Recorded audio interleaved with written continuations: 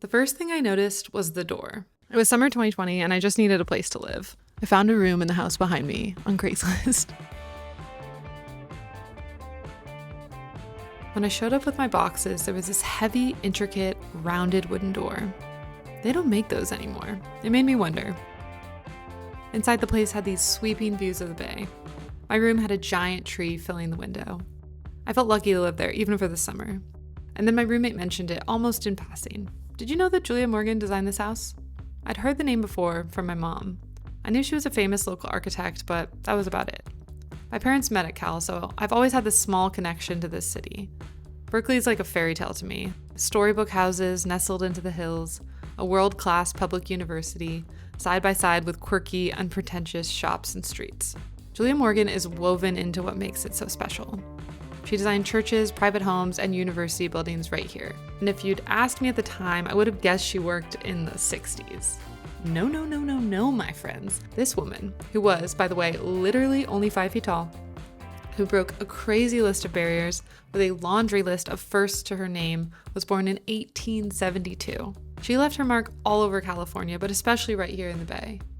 She's most famous for designing Hearst Castle, a compound on the California coast built for William Randolph Hearst, a newspaper tycoon. But this video is not about Hearst Castle. This is about pulling the thread my roommate handed me, about the woman who built this place I got to live in for the summer, how she built an entire career with 700 buildings to her name at a time when women were not handed these opportunities. It's about something I didn't understand when I went looking, how someone could build so much, so beautifully, and still come so close to disappearing. So how does a woman end up being the architect for epic theaters and famous hotels before women even have the right to vote in California? Buckle up, because her origin story is a bit of a wild ride. Julia was born into a wealthy family that had come from the East Coast and settled in the Bay. They built a grand Victorian home in the newly growing city of Oakland, California. West Oakland still has a lot of old Victorians, so I thought I'd head over there and check out her childhood home at the corner of 14th and Brush Street, which was torn down to make the 980 freeway. Classic. But there are still other old Victorians in this part of town. As a kid, she was a bit of a tomboy. She kept to herself. She was a really strong student, especially in math and science. She knew she wanted to pursue architecture and go to college. In 1890, she enrolled at UC Berkeley. For a bit of a reminder of how long ago this was, she got to school by horse-drawn streetcar. She wasn't the first woman to attend Cal, but she was the first woman to graduate with an engineering degree. Berkeley didn't have an architectural school at the time, so engineering was as close as she could get. That's where she met Bernard Maybeck, a young professor who saw the talent and drive in her. He pushed her to follow his path and attend the École des Beaux-Arts in Paris to study architecture, the most prestigious art school in the world. Julia's graduating class of 1894 discovered a slanted, grassy knoll on the hillside and named it the Weed Amphitheater. Julia participates in a whimsical, Wagner-themed, German monk-themed graduation ceremony. And I'm telling you this for a few reasons. One, I think it's kind of funny. And two, it's going to be relevant later. So degree in hand, she's off to Paris to pursue this education at the École. So Julia goes, and the École does not make it easy. To even apply, you have to work as an assistant in an architect's studio and pass brutal entrance exams in French, which she had to learn. Her first attempt, she ranked 42nd out of 376 applicants, but she didn't make the cutoff. Her second attempt, she fails again, and this might be where you or I would quit, but no. Keep in mind, she's there working on this for years. Third attempt, she ranks 13th and makes the cut. And the San Francisco Examiner runs this headline, "California Girl Wins High Honor," which is so deeply turn of the century, it's too good. But here's the crazy part. The school won't let students over the age of 30 enter competitions you need to win to earn points to graduate. Julia's already burned through years just getting through the entrance exams, and now she's racing against the clock.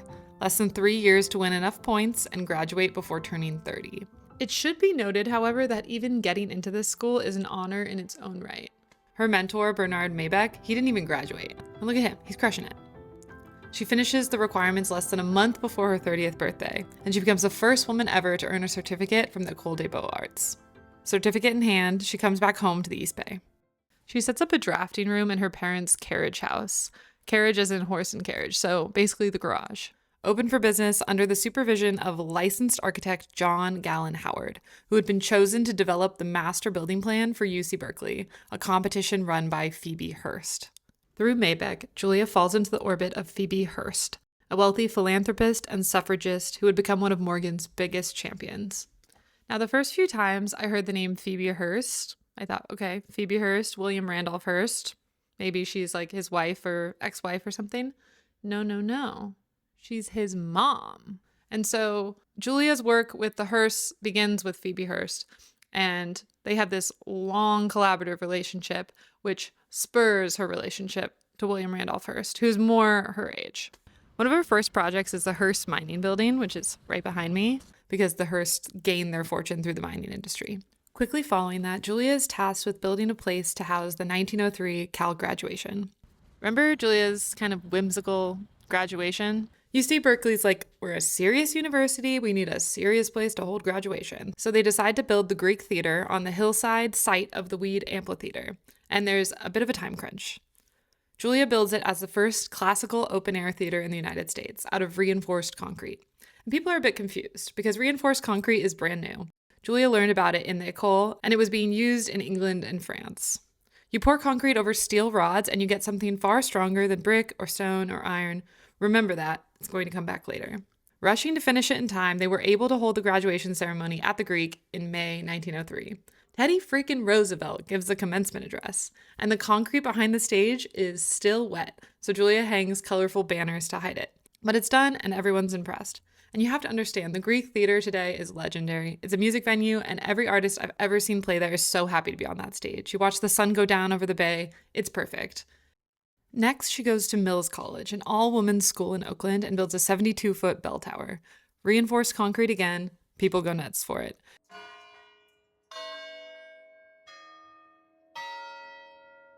It's 10:44.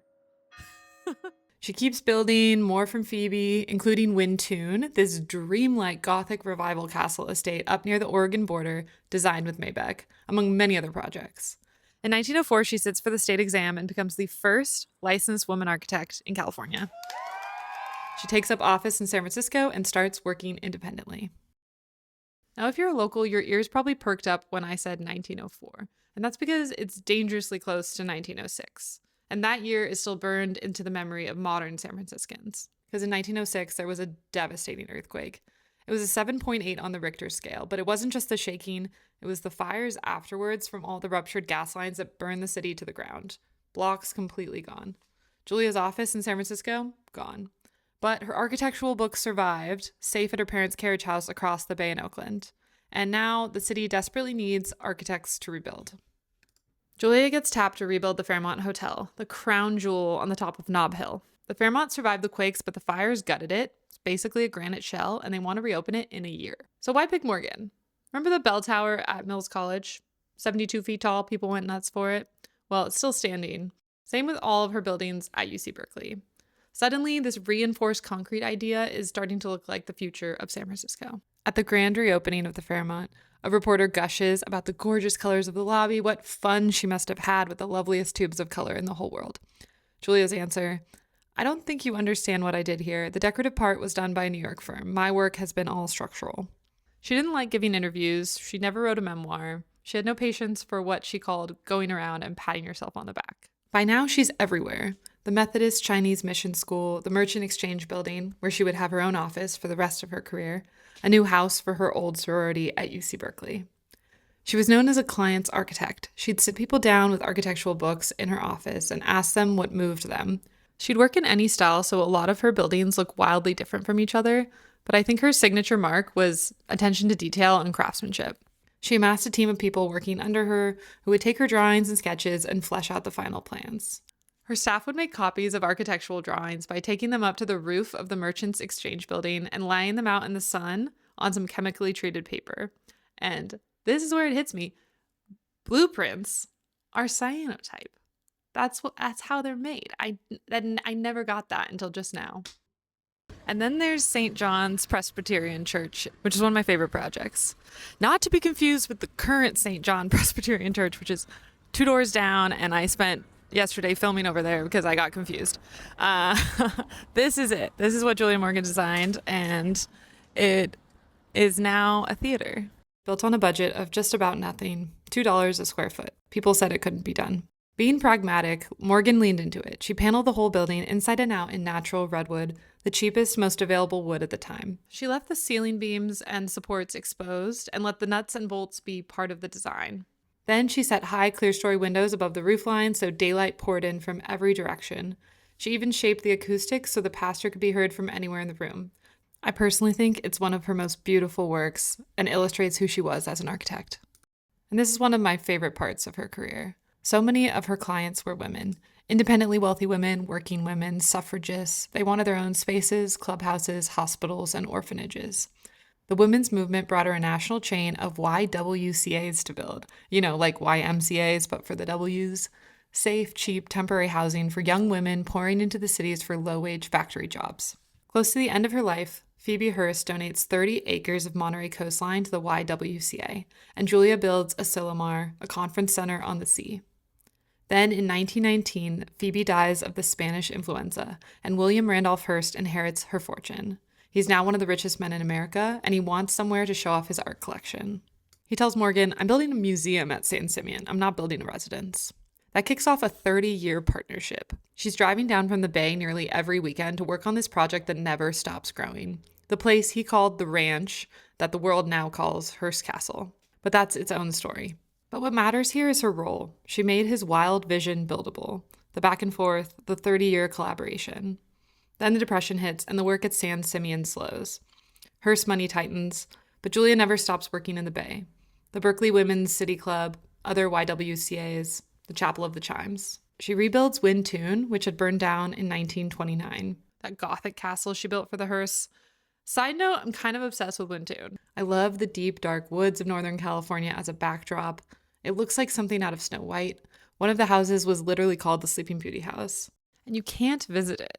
When William Hearst died in 1951, he donated Hearst Castle. Well, he tried to donate it to UC Berkeley, but they were like, too much upkeep. So Hearst Castle was given to the state of California, and anyone can take a guided tour there. Here's me on a guided tour as a child. Wyntoun stayed private and is part of the Hearst estate. The closest you can get is floating down the river, which I am tempted to try. A lot of what Julia built is hard to see now, or gone, or quietly behind a door you can't open.